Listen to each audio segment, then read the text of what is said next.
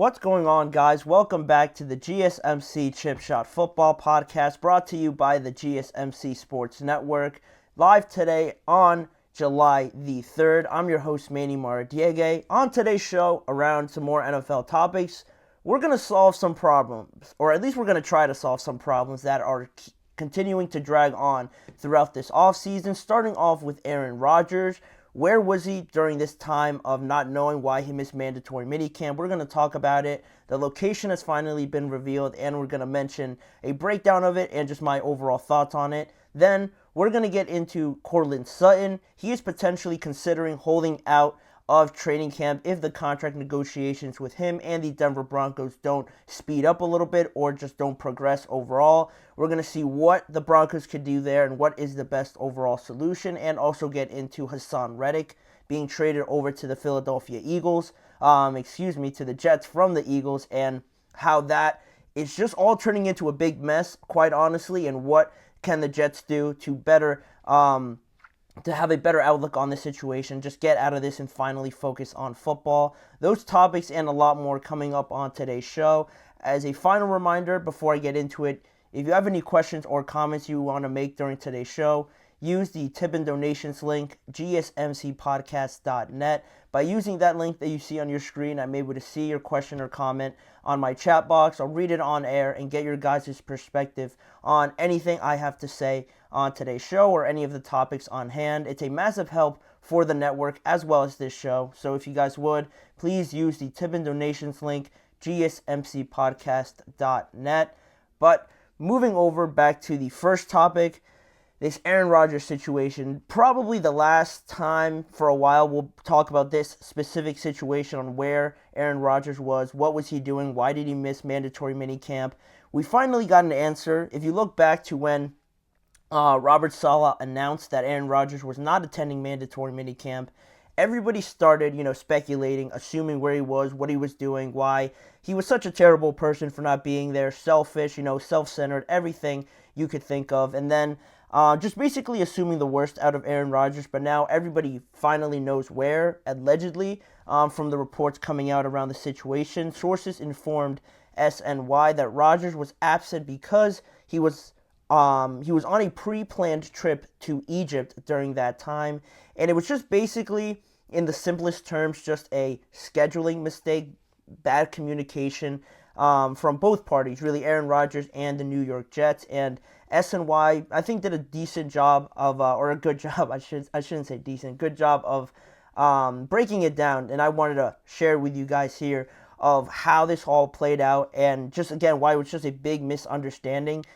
between both parties. So Rodgers originally planned this trip to Egypt during his recovery from his Achilles injury, and how the sources close to the situation worded it, they said it was something that Aaron Rodgers was really looking forward to during one of the lowest points of his career, to have this sort of relief moment after coming back from it, participating in all the voluntary workouts. And then when you have this off time, where he thought he'd have this off time, you could finally reward yourself by relaxing, centering yourself, whatever he has to do to get his mind right, everything right to play in training camp, and then obviously in the regular season.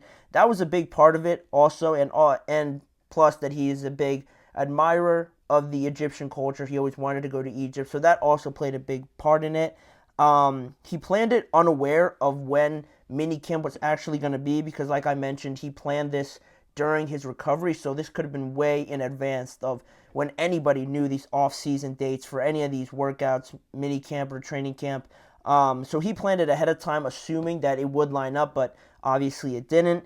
And the New York Jets hadn't posted this until after he already planned everything, it seems like. And the Jets were made aware of the trip when the dates were finally announced, and they were also made aware that it did overlap with Rodgers' trip. And now they had a little bit of a situation there going into it. Now as the dates started approaching, how are they going to handle this? How are they going to announce it? Well, some more sources that reported on the situation mentioned that while it was an unexcused absence, the team, obviously the Jets, were not concerned. They wanted him at minicamp. They wanted him there, but they were understanding of how important this trip was to Aaron Rodgers. Like I mentioned before, this sort of reward is the simplest way I can put it for going through that Achilles injury. At one time, thinking that it was the end of his career, probably at the absolute lowest moment of getting the injury, then recovering from it. This was obviously important to Rodgers. They wanted to, respect that and have him go on this trip to really come back after that, start training camp, really just fully focus. And I don't think, say if they didn't want him to go on the trip or they made a big deal out of it, I think that potentially could have been even worse of a situation if they voiced their displeasure out into the public. But they honored the trip that Aaron Rodgers had planned already. They wanted him there, but they understood of how significant this was for Aaron Rodgers. And SNY also did a good job of reaching out to other Jets players and getting their opinions on it.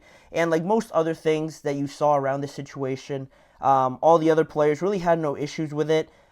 With Rodgers not being there during mandatory minicamp, because everybody points to the fact that he was there when he really didn't have to, with how experienced he is, how successful he has been. Players like him usually skip out on the voluntary workouts, but he was there. He didn't have to be, but he was there most of the offseason, and then just to miss mandatory minicamp. They didn't see it as a big deal. And just overall, after we now know a little bit more of the facts and how this all went down, I think it was just the Jets were put in a weird spot here because they didn't want to make a big deal out of this. They obviously wanted to honor Rodgers and his trip because probably they felt that he deserved it. They felt that he needed this trip to get centered around football again and, get a breath of fresh air, realize that, all right, we get this trip out of the way. Now we could really focus on it. We've enjoyed ourselves. Now we can go and really focus in on a major season for not only the Jets, but for Rodgers as well. But at the same time, they were put in a weird spot because they were either damned if they said where he was going or said exactly what the facts were, or they were damned if they didn't, like it actually planned out to be, where they said it was an unexcused absence, but they didn't really say anything about where he was or what he was doing or what the reason was for him not being there. So they had to make a choice, obviously, on how to approach it. It was probably the best choice, but at the end of the day, people were going to make their judgments, we're going to make assumptions on it, and you were probably going to end up in the same situation that we find ourselves in right now, whether or not you said where he was, whether it was an excused absence, unexcused. It was all probably leading back to this, back to where we are right now. And also, some other reports around this situation said that the Jets, around why they decided to go this route, they didn't want to set a precedent for other players missing practices for trips. They didn't want to make it an excused absence so everybody else could do it, but also saying it's unexcused and saying it's unexcused for a player like Rodgers kind of makes him or paints him out to be on the same level as everybody, where in reality that probably isn't the case because he is Aaron Rodgers. It's just the reality of the situation. Quarterbacks are usually treated differently.